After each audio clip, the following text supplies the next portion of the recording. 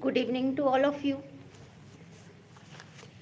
आज हम स्टार्ट करेंगे मैगजीन का 24 मैगजीन का passage number 512। So be ready for your dictation.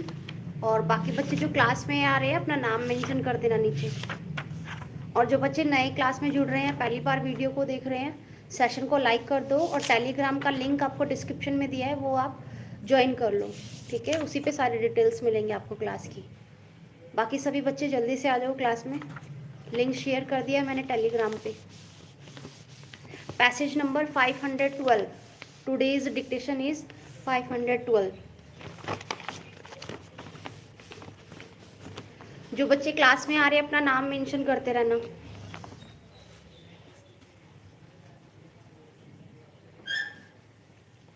अपना नाम मेंशन कर देना जो बच्चे क्लास में आ रहे हैं। पैसेज नंबर 12 है, 512, वॉल्यूम 24, कैलाश चंद्र। स्पीड रहेगी 80 to 90 वर्ड पर मिनट।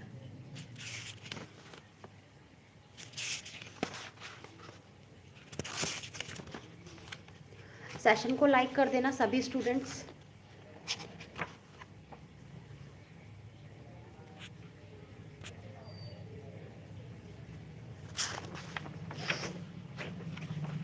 बाकी पैसेजेस की प्लेलिस्ट बना दी है आप लोग, वॉल्यूम 24 के नाम से है, आप लोग वहाँ से जाके प्रैक्टिस कर सकते हो। ओके, डायरेक्टली आपको लिंक मिल जाएगा क्लास का। और टेलीग्राम ज्वाइन कर रखा है तो सारे डिटेल उसी पे मिलेंगी। आज का पैसेज नंबर है 512।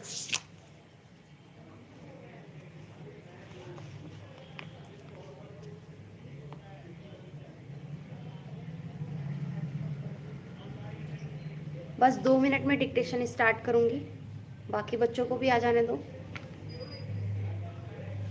और जो बच्चे बाद में लिखेंगे डिक्टेशन, अपना नाम मेंशन कर देना और वीडियो को लाइक कर देना। ओके, और डेली बेसिस पे क्लास हो रही है, जो भी टाइमिंग का चेंज होगा वो आपको टेलीग्राम पे इन्फॉर्म कर देंगे। आ जाओ सभी लोग जल्दी। आज का पैसेज नंबर है 512। Passage number 512।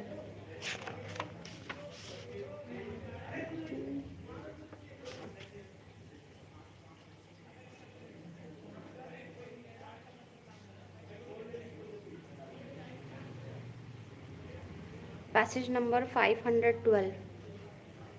स्पीड रहेगी 80 to 100 वर्ड पर मिनट। जो भी बच्चे क्लास में आ रहे हैं अपना नाम मेंशन करते रहो।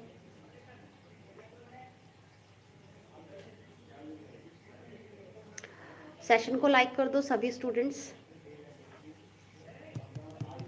पैसेज स्टार्ट करूंगी बस थोड़ी सी देर में। और जो बच्चे क्लास में आ रहे अपना नाम लिख दो। पैसेज नंबर 512 है आज का। Passage number 512। सेशन को लाइक कर दो and be ready for your dictation. Okay Anjali, be ready for your dictation.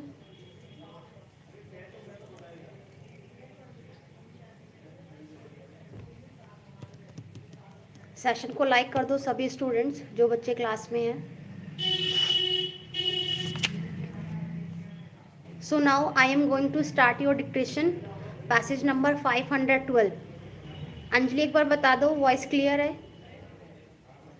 Voice आ रही है आपके पास? My voice is audible or not? Okay Anjali, so now I am going to start your dictation, passage number 512. Dictation start now. Mr. Vice Chairman, sir, the most dramatic event of the last year and perhaps the most significant in the history of free India was the underground nuclear explosion. The President's address has taken due note of this event, and the President has rightly congratulated our nuclear scientists and engineers on this important achievement. However, a serious omission in the President's address is that he made no mention of the hundreds of other scientists who are working in equally important fields such as agriculture and fisheries, particularly this year when agriculture has become the whole pivot of our national progress. I would have killed like the president to have made at least a mention of those dedicated scientists and technologists who have been doing brilliant work for the development of our countryside. Whenever one visits an agricultural research institute in any part of the country, one is impressed by the dedication and energy of our young scientists engaged in doing the most advanced research in agriculture, dairy fisheries, soil research, reclamation of desert areas, forestry, all of which are crucial to our development. At the same time, one gathers the impression that there is a great deal of frustration in our scientists today on account of lack of encouragement and the poor conditions in which they often have to work. Atomic scientists are perhaps somewhat better looked after than the other scientists, but on the whole, we cannot say that we have treated our scientists very well. Even today, all the advanced we have made in science, I feel that our scientists have not received the appreciation that they deserve. The majority of them are still treated just like functionaries in a government department. Poor salary, indiscriminate transfers, promotions of people merely according to seniority and not on the basis of merit or special experience. These are the complaints that I have heard from scientists whenever I visited any of our leading scientific institutions. I suggest, sir, that the time has come when we should not only raise the prestige of our scientist community but also substantially improve their material rewards and conditions of work. When I say material rewards, I do not mean just salary.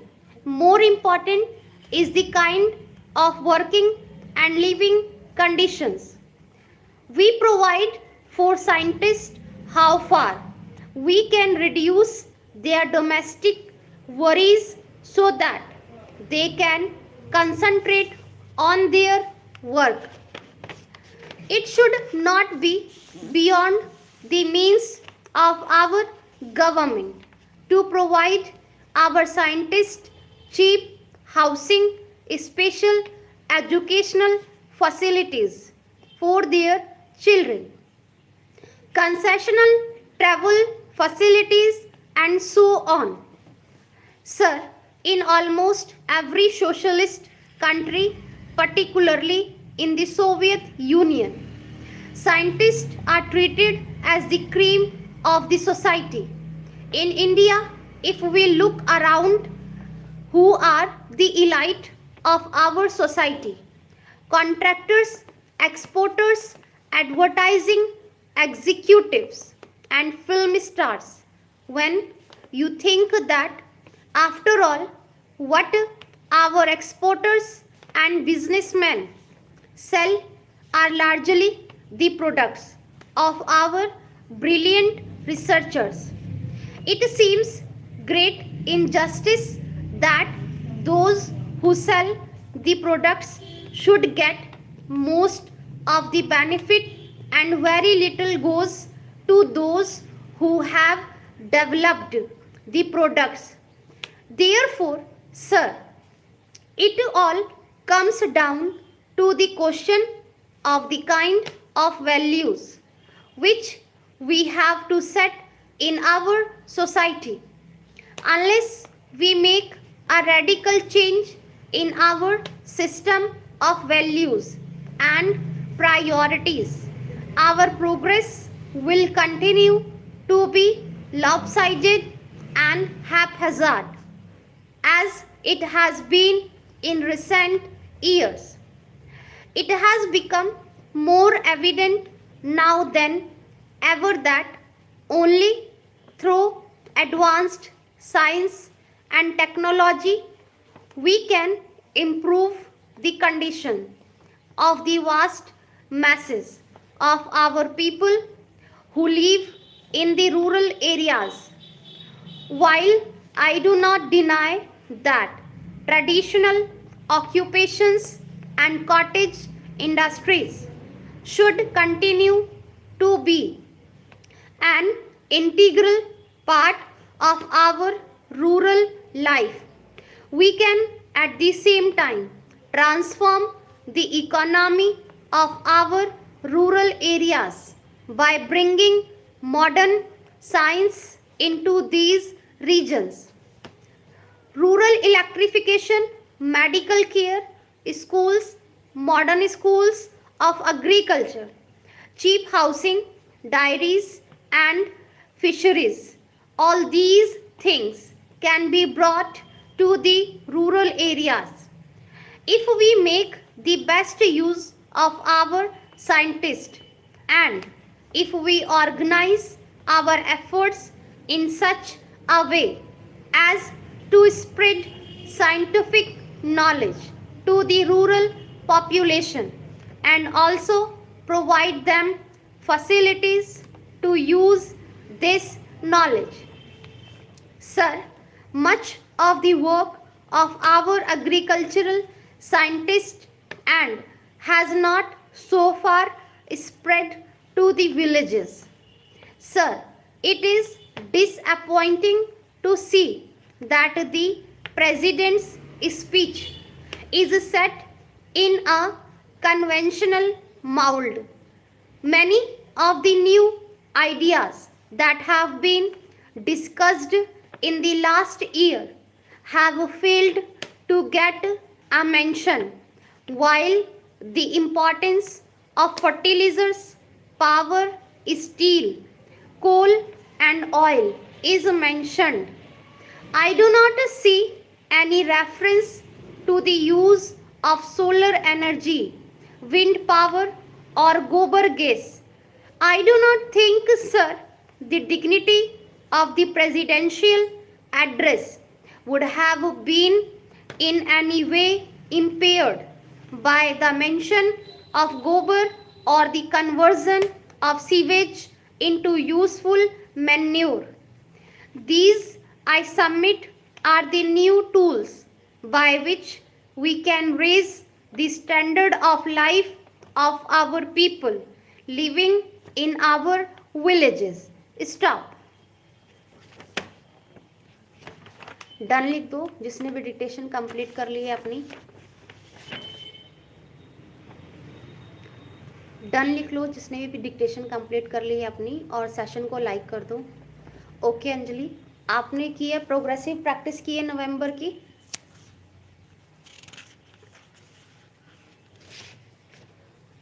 Progressive की है practice आपने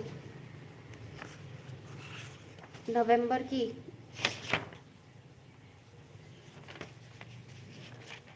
passage number 1 और 2. Session को like कर दो सभी students. Okay, इसका next passage भी बोल रही हूँ 513, वो भी लिख लो क्योंकि कल की क्लास में कुछ चेंजेस होंगे तो कल शायद ही डिक्टेशन हो पाएगी. पैसेज नंबर 513 2 मिनट के बाद स्टार्ट कर रही हूँ, वो भी लिख लो और बाद में रिपीट कर लेना. ओके, और लिखने के बाद ट्रांसलेट कर लेना. और सेशन को लाइक कर दो सभी स्टूडेंट्स जो भी क्लास में हैं। जो बच्चे भी क्लास में डिक्टेशन लिख रहे हैं सेशन को लाइक कर दो। और जो बच्चे नए हैं वो टेलीग्राम ज्वाइन कर लो, टेलीग्राम का लिंक डिस्क्रिप्शन में दिया हुआ है। ये स्टेनो की स्पीड पैसेजेस की क्लास हो रही है। प्लेलिस्ट में आपको वॉल्यूम 24 मिल जाएगी, वहाँ से आप रिवाइज कर लेना अपने सारे chapters. Okay, so be ready for your next dictation. Passage number 513 2 मिनट में स्टार्ट कर रही हूँ।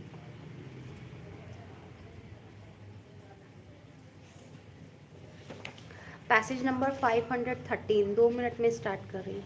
So be ready for your dictation. आप लोग देख लो, गो थ्रू कर लो एक बार, कोई वर्ड देखना है तो।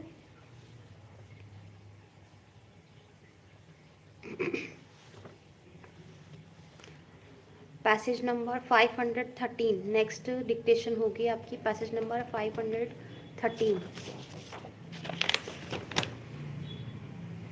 जिन बच्चों से नहीं लिखी जा रही है डिक्टेशन वो एक बार रिवीजन कर लेना पैसेज नंबर 507 से, जहाँ से वॉल्यूम स्टार्ट होगी, वॉल्यूम 24। सो आप लोगों का रूटीन बन जाएगा लिखने का। एक पैसेज को मैक्सिमम 2 से 3 बार लिखो, तब जाके प्रैक्टिस होगी।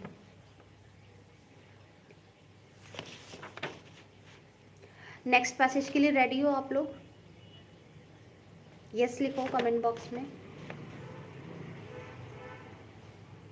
Passage number 513।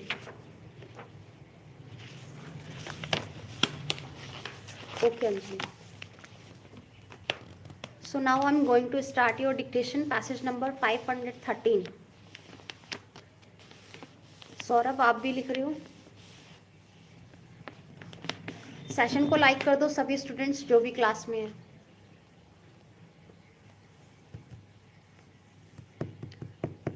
पैसेज स्टार्ट कर रही हूँ 513। Dictation start now. Sir, 80% of this country's population lives in villages and a majority of them are landless laborers and marginal farmers. Out of this 80%, that is 70 crores of rural population, more than 30 crores are landless laborers. They live below the poverty line. Really speaking, there is no legal provision for their well-being and welfare. The urban labor is less than 10 crores and the government has taken many steps and measures for their well-being and upliftment. Sir, I would like to narrate some of the measures taken by the government for the welfare of the urban labor. There is an act governing industrial relations and disputes. There are workers' committees, joint management councils, National Commission on Labour, etc. The government has also taken many steps for social security, like the Employees State Insurance Scheme, Employees Provident Fund, Family Pension, maternity benefits, etc. For this industrial and urban labor, there is also the Central Board of Workers' Education, the objective of which is to create a well-informed and responsible labor force, capable of organizing and running trade unions on a sound basis. All these measures are taken for the benefit of the industrial labor, mine labor and dock workers. But what about the landless labor and the agricultural labor, which consist of a formidable portion of the labor force of the country? Do they not contribute anything for the development of this nation? Why are they neglected? It is only because they are not vocal, because there is nobody to speak on their behalf, and because there are no trade unions for them. The trade unions of the urban labor exploit the industry. They get the benefits, but they do not fulfill their obligations. With less and less work, they get more and more benefits in case and in kind, whereas there is no provision for the landless labor and the agricultural labor. Millions of them die without food. The government should make statutory provisions for security of living wages and suitable working conditions for the agricultural labor. Sir, majority of this landless labor and the agricultural labor is heavily burdened by debt. The money lenders suck their blood and exploit them. The crushing burden of debt on them should be removed. Special tribunals should be appointed to inquire into this and all debts which are beyond the capacity of the peasants to pay should be liquidated. Meanwhile, a moratorium should be declared and steps should be taken to provide cheap credit facilities. Sir, for this, the cooperative movement in various parts of the country has done something good, but that requires to be augmented and increased on a large scale. Sir, many of these landless laborers and agricultural laborers suffer only because there is no land for them. For their benefit, some state governments enacted tenancy laws, but they were not implemented. The greatest hardship which they suffer from is that they are landless.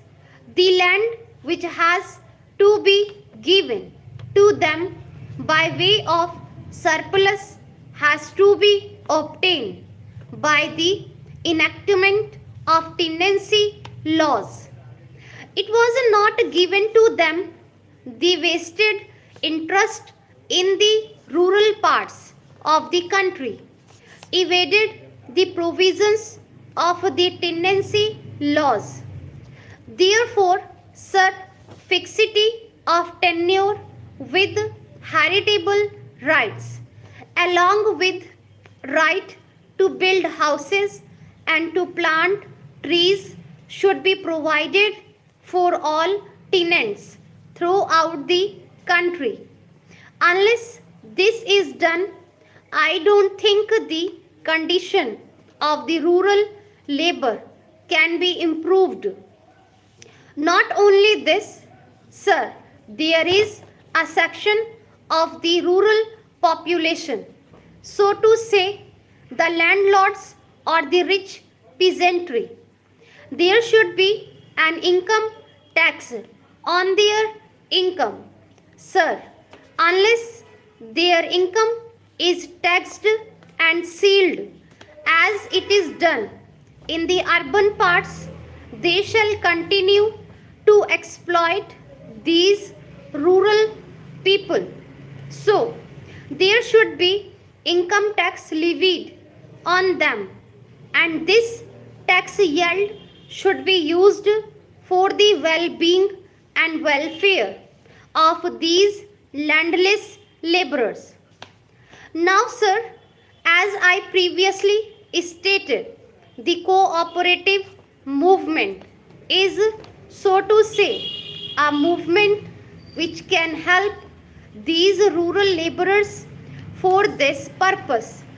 The rate of cooperative farming and collective farming can be stepped up in this country.